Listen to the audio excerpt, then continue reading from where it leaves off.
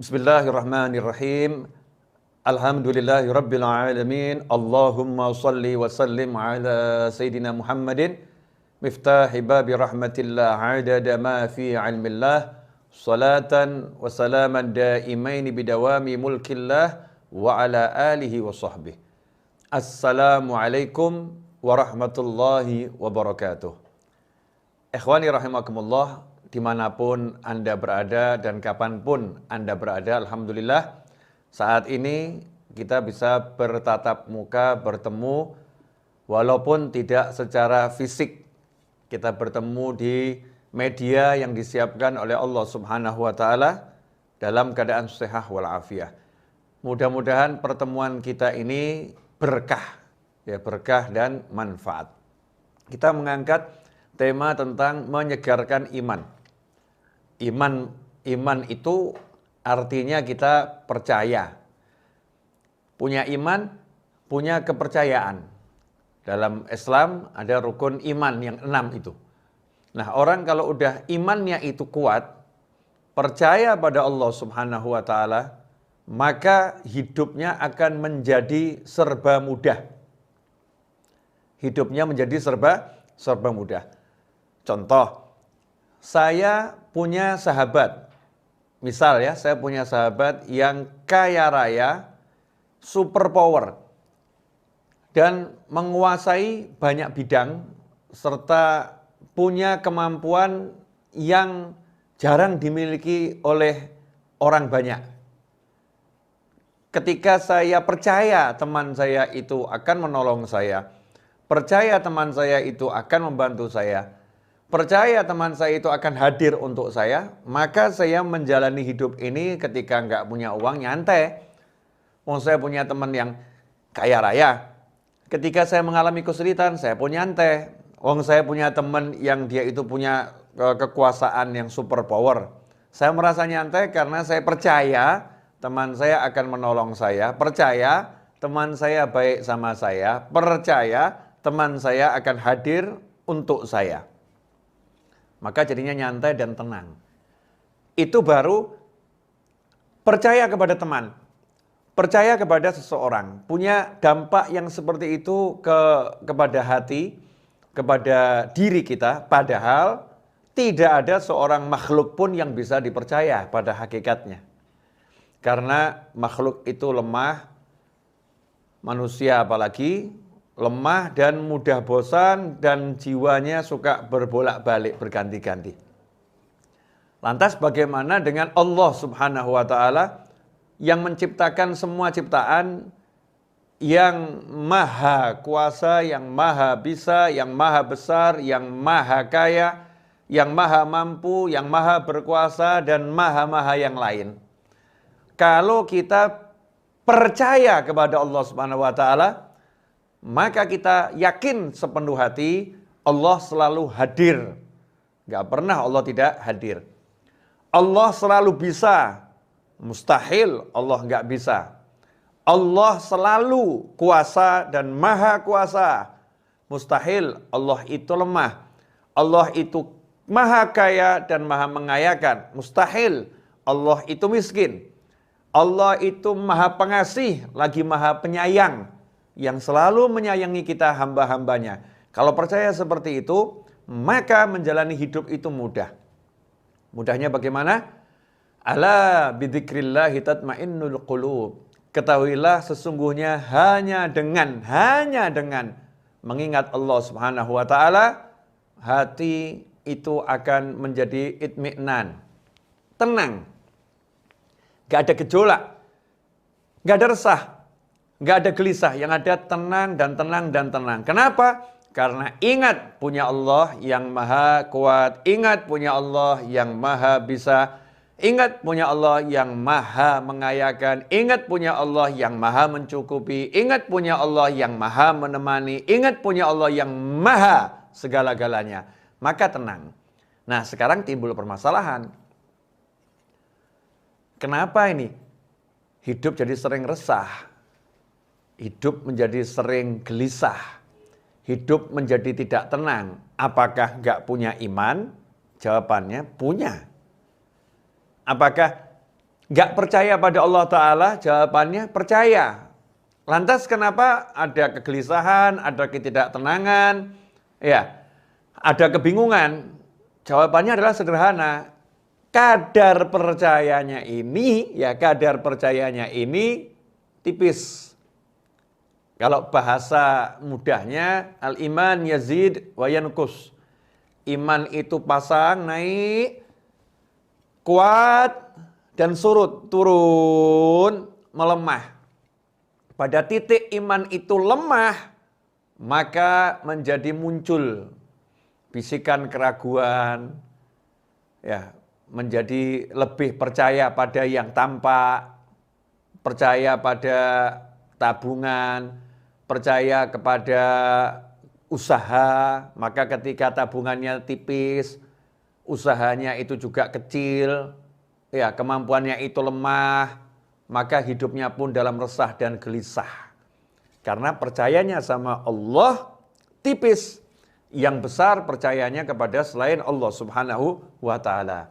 Karena itu, solusi dalam kehidupannya adalah bagaimana caranya menjadikan iman itu naik setinggi-tingginya dan konstan istiqomah dalam ketinggiannya, dan menjadikan iman itu kokoh, kuat, dan besar. Jawabannya mudah, jawabannya sederhana. Al-iman yazid bita'ah wa yanqus bil ma'siyah. Iman itu akan tambah dengan ketaatan dan iman itu akan turun dengan kemaksiatan. Karena itu tinggal kita tingkatkan takwa kita, maka iman kita dengan sendirinya akan naik. Nah, lantas bagaimana cara meningkatkan ketakwaan, cara menyegarkan iman, biar imannya itu segar? Dikatakan oleh para ulama, sesungguhnya iman itu seperti sebatang pohon. Ini tongkat saya ini anggap pohon, batang pohon. Nah, batang pohon ini kalau kering, ya, kalau kering maka dia akan roboh. Batang pohon ini kalau kering dia akan roboh, ya, akan roboh. Tapi kalau batang pohon ini segar, dia akan kuat dan akan bercabang. Akan bercabang, kemudian daunnya pun akan bermunculan, ya, akan tumbuh daunnya, kemudian akan rindang, menaungi. Dilihat enak, ya, kemudian duduk di bawahnya enak, bersandar pun di pohon ini nyaman, ya. Dan dia punya fungsi yang banyak, bisa menjadikan sebagai filter, ya, sebagai filter, sebagai paru-paru, ya, sebagai paru-paru lingkungan. Karena apa? Karena kokoh, segar, daunnya banyak, rindang, ya, dan dia hidup, ya, hidup. Itulah iman. Kalau iman ini segar, iman ini kokoh, maka dilihat orangnya juga enak. Kitanya dilihat enak. Kalau imannya kuat, imannya kokoh, imannya segar, maka dia akan menjadi paru-paru. Paru-paru yang akan mensterilkan sekitarnya.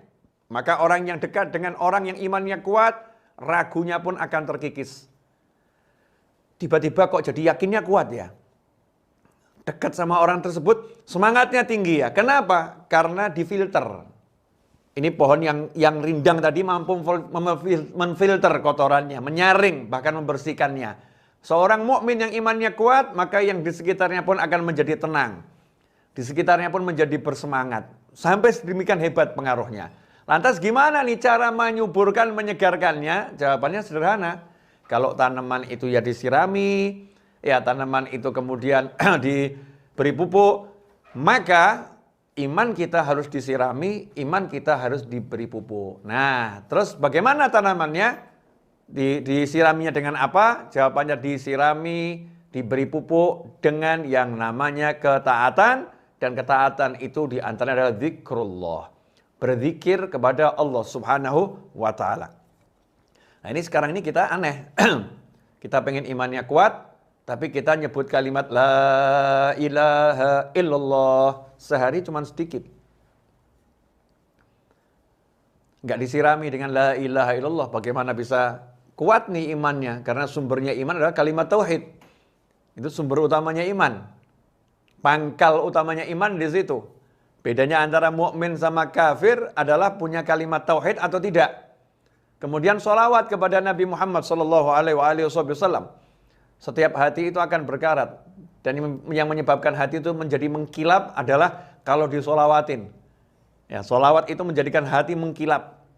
Jadi menyala, bersinar hatinya, disolawatin. Maka kalau pengen hatinya itu bersinar, kemudian hatinya itu kokoh, yaitu perbanyak sholawat dan perbanyak mengucapkan kalimat tahlil. La ilaha illallah, la ilaha illallah, la ilaha illallah, la ilaha illallah, la ilaha illallah, la ilaha illallah. Kemudian disolawatin, Allahumma sholli ala sayyidina Muhammadin wa alihi wasallam, Allahumma sholli ala sayyidina Muhammadin wa alihi wasallam, Allahumma sholli ala sayyidina Muhammadin wa alihi wasallam. Solawat, ya, dan kalimat tahlil tadi akan menjadi pupuk sekaligus siraman yang mengokohkan iman. Kemudian zikir-zikir yang lain, mengusir hama. Ini tanaman ini kalau nggak dijaga, hamanya akan datang juga habis. Dan hamanya untuk tanaman iman adalah dosa. Dan untuk mengusir dosa itu diantara dengan banyak istighfar. Ya, dengan banyak istighfar. Astagfirullah, astagfirullah, astagfirullah. Ya, dengan kesungguhan minta ampun sama Allah SWT. Astagfirullah, astagfirullah, astagfirullah. Istighfar sebanyak mungkin. Ini kalau kita lakukan istighfarnya jalan, sholawatnya jalan, kalimat tahlilnya jalan, maka hati kita akan segar. Hatinya segar. Kalau udah hatinya segar, otomatis di situ akan muncul semangat untuk memperbanyak sholat, semangat untuk memperbanyak qiraatul Quran, semangat untuk meninggalkan yang haram, semangat untuk banyak bersedekah, semangat untuk banyak mencari ilmu, semangat untuk banyak berbuat kebaikan akan muncul. Kalau dari sumbernya sudah dibuat segar. Ikhwani rahimakumullah. Karena itu banyak ulama menyusun rangkaian-rangkaian zikir sebagai formula kesehatan hati, ya, formula kesehatan jiwa. Kalau dalam dunia para habaib, maka di situ kita banyak mendengar istilah rotib. Ada rotibul haddad, ada rotibul attas. Rotib yang dibaca di waktu malam, selepas matahari tenggelam. Bisa dibaca habis maghrib, bisa dibaca habis isya. Ya, entah di antara maghrib dan isya, atau ba'dal isya, boleh membacanya. Sudah dikumpulkan kumpulan-kumpulan zikir yang akan menjadi formula yang buat hati ini sehat, hati ini segar.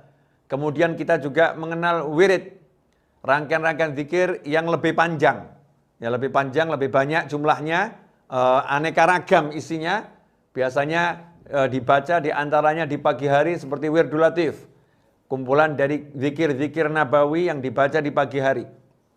Kalau kita amalkan itu, Wirdul Latif dibaca, Rotibul Haddad dibaca, Rotibul Attas dibaca, tiap hari kita istiqomah, minimal kita sudah punya santapan dasar untuk kesehatan, nutrisi utama untuk kesehatan hati. Hatinya akan segar, ya, hatinya akan segar. Orang yang hatinya segar itu dilihat enak orangnya. Ya, dilihat orangnya enak karena hatinya segar. Tapi kalau hatinya layu, kita tahu pohon kering itu dilihat ya gak enak. Dilihat yang hijau asik, pohonnya kering ya dilihat nggak cakep. Seperti kalau mungkin Anda lagi di Jepang, Masya Allah, itu di Jepang itu ada tanaman yang berbunganya setahun sekali kalau saya nggak salah, begitu Mas Eto ya. Sakura itu setahun sekali. Ketika kering itu ya kurang menarik. Apa ini pohon kering, nggak ada apa-apanya. Tapi begitu tiba bulannya, tiba-tiba Masya Allah muncul bunganya. Semua orang itu rasanya pengen berangkat ke Jepang hanya untuk nonton sakura itu. Dikasih fotonya, lain nih foto ini. Beda itu kalau di sana, wah nuansanya, rasanya, kena sepoi-sepoi anginnya, aromanya, lihat warnanya yang pinknya itu lain, beda. Sakuranya cakep itu, harus di sana lihatnya. Sampai seperti itu. Nah, itu baru pohon. Baru pohon. Nah, begitulah orang soleh. Ketika jiwanya itu hidup, maka orang akan mendatanginya, akan ingin berada di dekatnya, ingin memandang wajahnya, ingin mendengar suaranya, ingin ya berada di sekitarnya. Kenapa? Merasakan kesejukan, merasakan kenyamanan, merasakan kenikmatan. Dan itu seharusnya yang menjadi tujuan kita. Kita bisa menjadi satu pohon yang rindang, yang menaungi diri kita dan orang lain. Sehingga siapapun yang berada di sekitar kita, dekat dengan kita, nyaman. Nyaman. Sampai dikatakan oleh orang-orang yang hidup di kota Siwun, Hadramut, Yaman. pada tahun 1333 Hijriah sebelumnya. Kurun waktu sebelum tahun 1333 Hijriah. Pada tahun 1333 Hijriah itu wafatlah seorang ulama besar bernama Habib Ali bin Muhammad bin Husain Al-Habsyi rahimahullah. Habib Ali meninggal dunia tahun 1333 Hijriah. Maka setelah tahun 1333 Hijriah, bagaimana komentar masyarakat di kota Sewon? Ya, mereka berkomentar, kami baru mengenal rasanya hidup di dunia setelah wafatnya Habib Ali bin Muhammad bin Husain Al-Habsyi rahimahullah.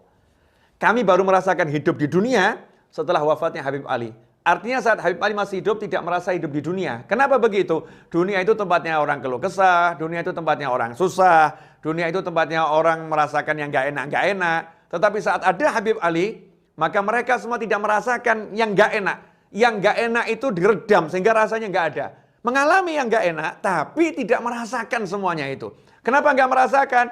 Ya tadi, karena ada kesegaran hati seorang waliullah yang bisa membius hati yang lain. Sehingga semua beban itu terasa ringan. Tidak ada beban dalam kehidupan. Ikhwani rahimakumullah. Bayangkan kalau kita bisa menjadi pribadi tersebut. Kalau nggak bisa untuk satu negara, ya satu provinsi. Nggak bisa satu provinsi, kita bisa untuk jadi satu kota madya kabupaten. Nggak bisa satu kabupaten, ya minimal kita bisa jadi satu kelurahan. Satu kelurahan nggak bisa, satu kecamatan ya. Satu kecamatan nggak bisa, satu kelurahan. Satu kelurahan nggak bisa, ya udahlah. Satu RW. Satu RW nggak bisa, ya udahlah satu RT. Satu RT nggak bisa, ya udahlah satu rumah.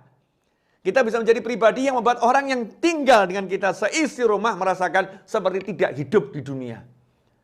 Sehingga kalau keluar dari rumah heran dengar orang kok keluh kesah, mendengar orang kok cari penghidupan itu berat, mendengar orang itu menjadi hidup kok susah. Tapi ketika berada bersama kita, mereka nggak merasakan semua itu. Kenapa ya?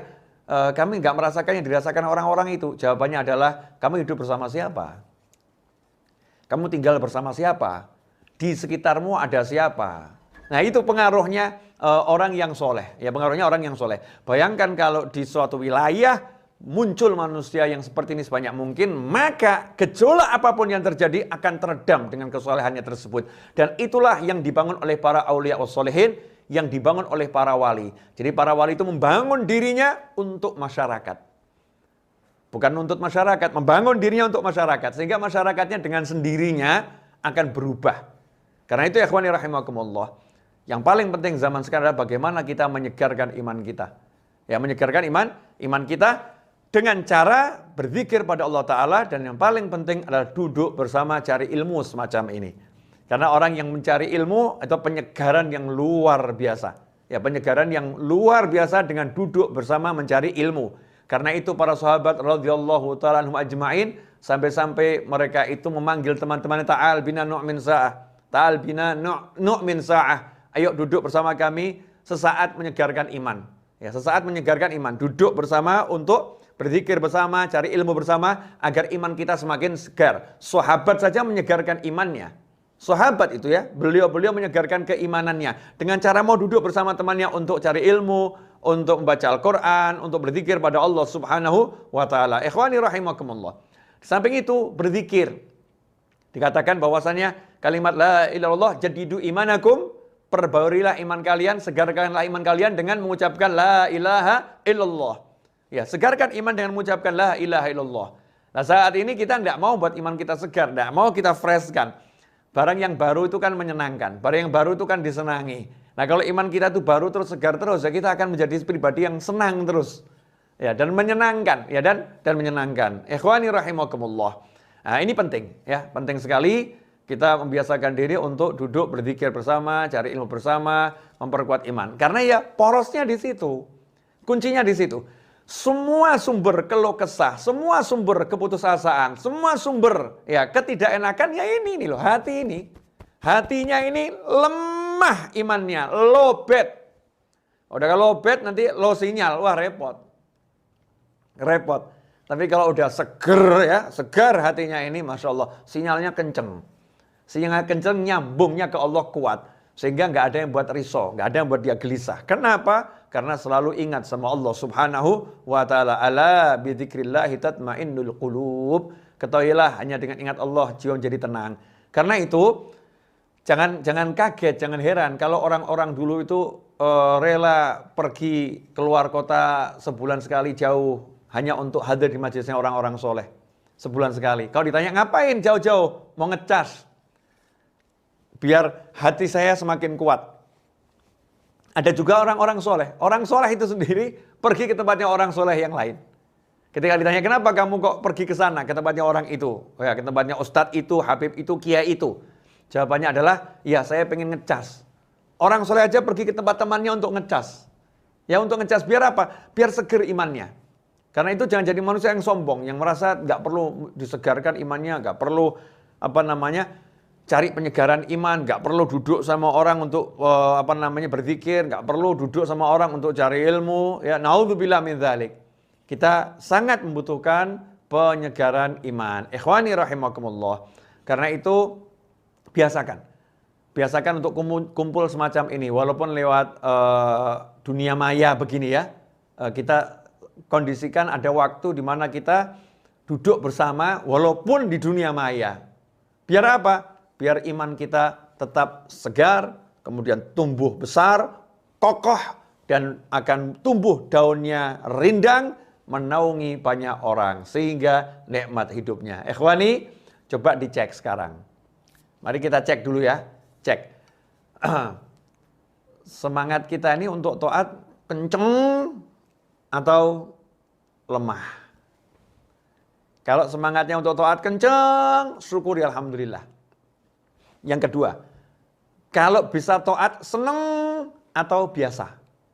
Kalau bisa taat seneng, syukuri alhamdulillah. Yang ketiga, kalau terjerumus pada hal-hal yang diharamkan Allah Ta'ala, sedih nggak? Kalau sedih, punya rasa sedih, syukuri alhamdulillah. Karena nggak semua orang itu bermaksiat kemudian sedih. Nggak semua orang seperti itu. Orang yang ketika dia bisa taat, dia senang. Kemudian ketika tergelincir dalam kemaksiatan, dia sedih. Fa'anta mu'min. Sabda Nabi Muhammad SAW, maka kamu adalah seorang mukmin, orang yang betul-betul beriman sama Allah Subhanahu wa Ta'ala. Tapi kalau bisa sholat, biasa saja. Bisa ngaji seperti ini, biasa saja. Bisa zikir, biasa saja. Nggak ada rasa senang, nikmat. Nggak ada senang-senang, itu nggak ada. Biasa saja. Terjerumus maksiat, biasa saja. Nggak ada sedih, nggak ada sedih. Maka ya, imannya berarti terjun bebas tuh. Dan harus segera diperbaiki. Kalau nggak diperbaiki, repot. Orang beli mobil saja nomor 1 mesinnya ditanya, bagus enggak kok. Begitu mesinnya kurang bagus, dibawa ke bengkel, diservis. Nah, ini hati kita ini mesin semuanya di sini. Ini mau diservis enggak nih? Kalau enggak ya udah sampai kapanpun, hidupnya model apapun ya ruwet terus. Nggak akan selesai-selesai. Nggak akan merasa menemukan ketenangan, nggak ada. Karena tenang tuh di sini, bukan di sini. Sini boleh muter seperti apapun. Kalau sininya benar, ini akan tenang. Akan tenang. Apalagi yang di luar. Tenang tuh bukan masalah yang di luar. Di luar punya apapun dan siapapun nggak akan buat tenang. Tenang tuh di sini. Kalau udah gini, ini kontak sama Allah Ta'ala, ini bersih ini hati ini. Hati ini dijaga terus, dikuatkan, dikencangkan dengan zikrullah, maka dengan sendirinya akan mendapatkan al-itmi'nan, ketenangan. Ya, mendapatkan ketenangan. Jazakumullah khairan. Wassalamualaikum warahmatullahi wabarakatuh.